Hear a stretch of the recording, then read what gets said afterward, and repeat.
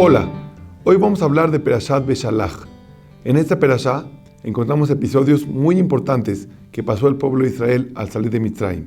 Por ejemplo, la partida del mar, donde encontramos emuná increíble del pueblo de Israel, como lo vamos a desarrollar más adelante. Vemos la caída del man, el pan que caía directamente del cielo, en donde fue, es y será para siempre la demostración más clara que el único del cual depende toda nuestra parnasá y sustento es solamente de Hashem.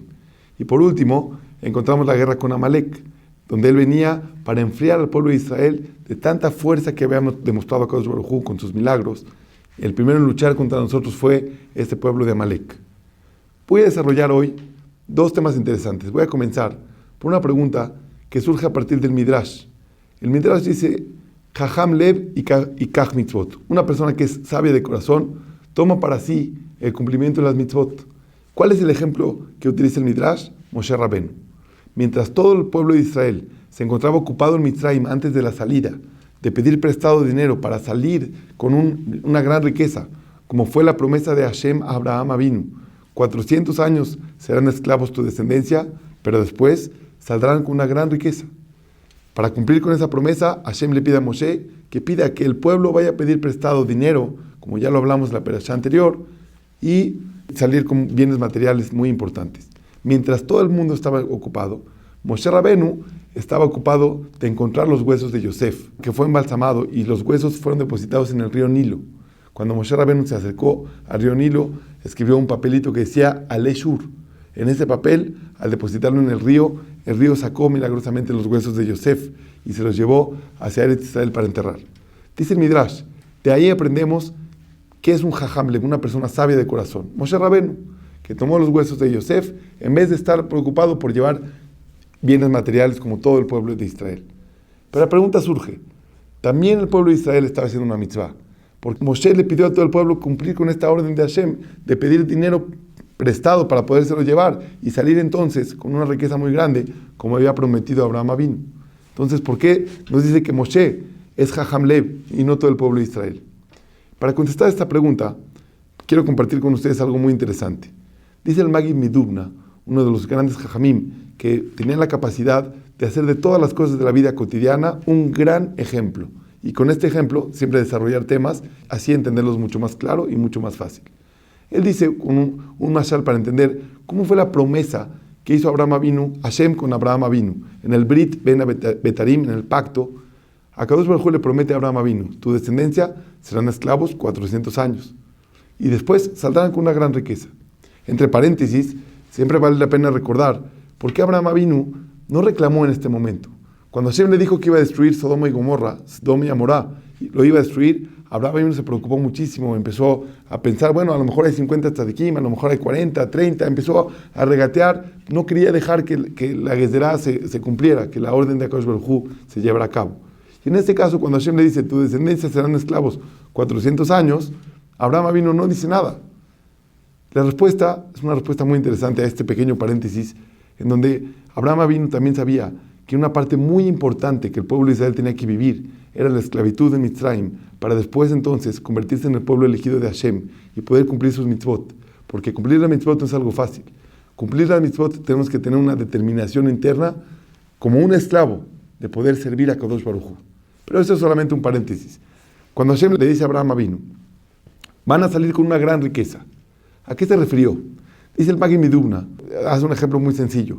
Había una persona, hijo de una familia muy pobre, que empezó a trabajar. Al terminar su mes de trabajo, se acerca con su patrón, la persona que lo contrató, y le dice, bueno, estoy listo para recibir mi pago. El jefe saca una cantidad de billetes importante, pero eran billetes muy viejos, ya estaban muy gastados. Y entonces, al recibirlos, el muchacho le dicen, perdón, pero estos billetes están muy gastados. Yo no puedo recibir este dinero. Parece que este dinero no vale. Y entonces el jefe le dice, mira, no tengo otros billetes en este momento, tómalos, estoy seguro que te los van a aceptar en todos los lugares. Sirven perfectamente, lo único que tienen están un poco gastados, no pasa nada. Y el muchacho se negaba a recibirlo por completo. Hasta que dijo el jefe, vamos a hablarle a tu papá.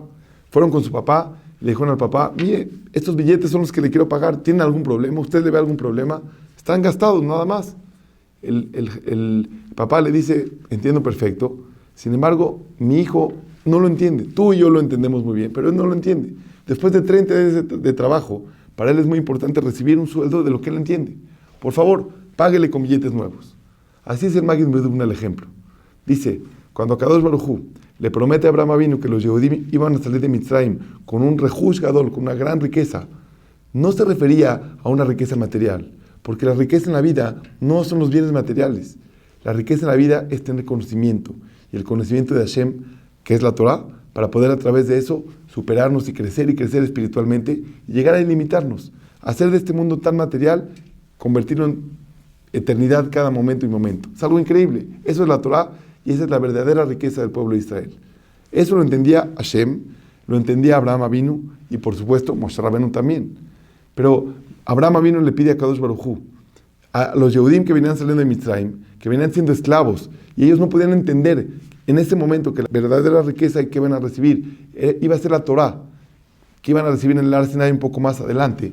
Le pide a Hashem, dice, yo les tengo que pagar a estos Yehudim con lo que ellos entienden como riqueza. En este momento, lo que ellos entienden como riqueza es dinero. Por eso dice el Midrash, Jajam Lev y Kach Mitzvot. Una persona Jajam, una persona sabia de corazón, toma las mitzvot, como Moshe Rabbeinu. A pesar de que todos también estaban haciendo una mitzvah, una orden de Hashem, Moshe Rabbeinu entendía que por supuesto ese no era el objetivo. Salir con mucho dinero, y entre paréntesis, salir con mucho dinero y al desierto, en donde no tenían ni siquiera dónde gastarlo. Lo único que hicieron con ese dinero fue, más adelante, el becerro de oro, y cargarlo hasta llegar a la tierra de Israel. Ni siquiera lo pudieron utilizar. Obviamente Moshe entendió que ese no era el objetivo, que esa no era la promesa de Hashem hacia Abraham Avinu. El Rehush Gadol, la gran riqueza, era el obtener la Torah unos días más adelante en el Har Sinai.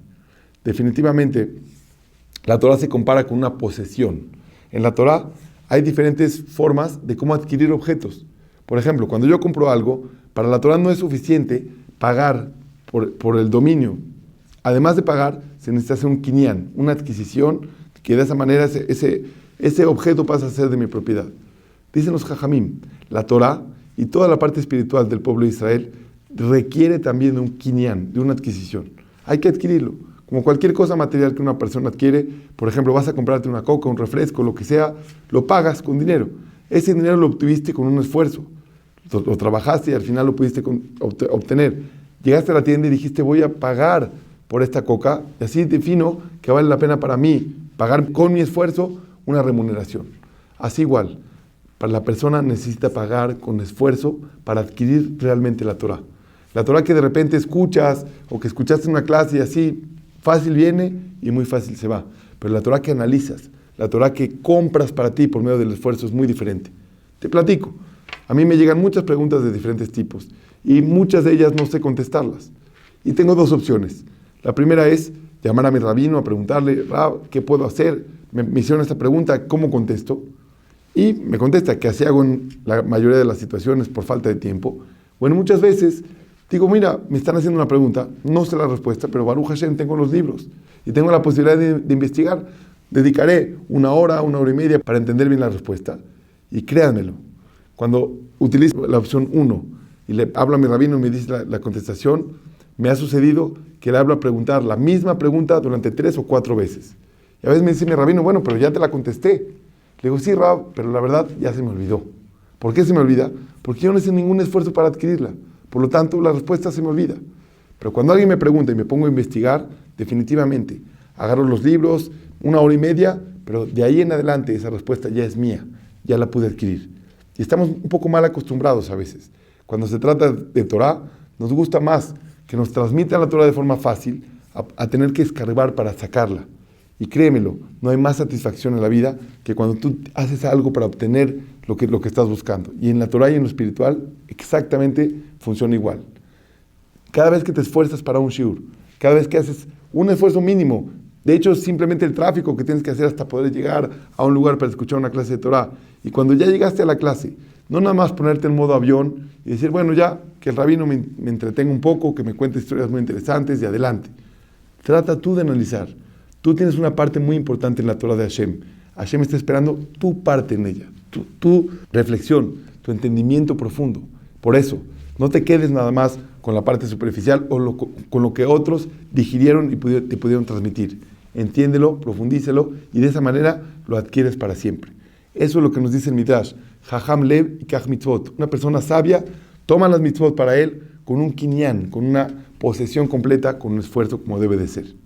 Por otro lado, siempre que llegue esta perashá, para mí es muy importante recordar, volver a estudiar el famoso Or HaXaim HaKadosh, uno de los grandes comentaristas de nuestra Torah Kedoshá, que vienen los Humashim de Mikraot Gedolot, los que son más gorditos.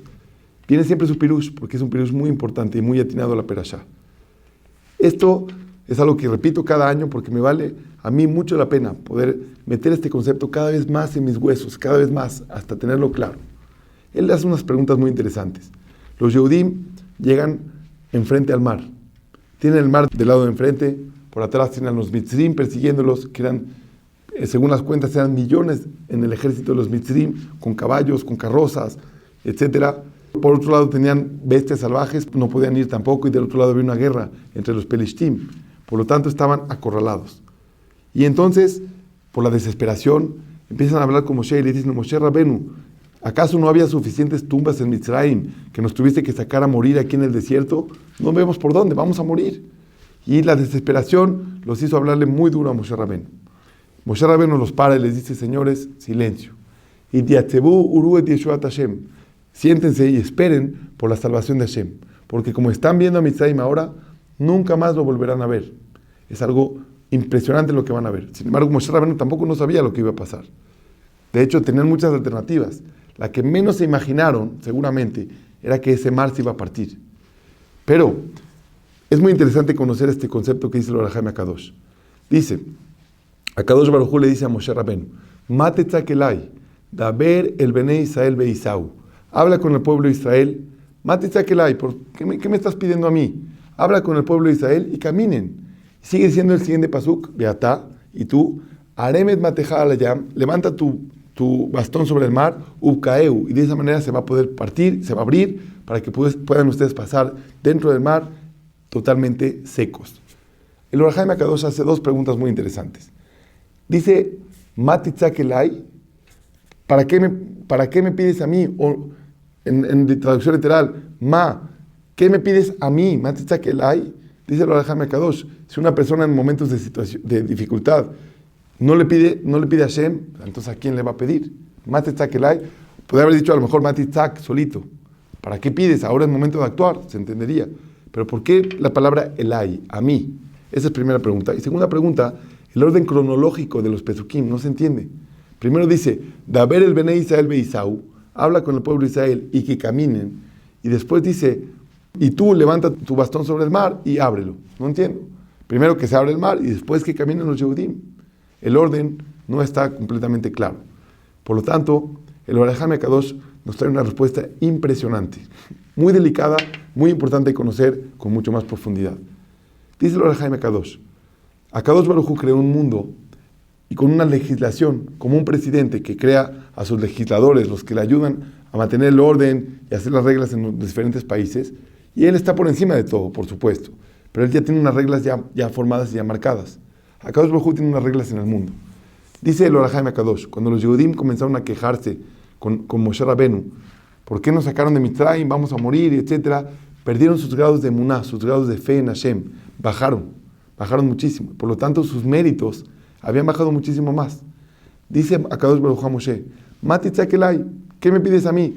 No está en mis manos en este momento poder hacer milagro para el pueblo de Israel. Este es un milagro muy grande. Cambiar los Sidre Bereshit, las formas como Hashem ya puso en Bereshit, cómo iba a manejarse el mar, la tierra, el agua, y etcétera. Cambiarlo era un milagro demasiado grande.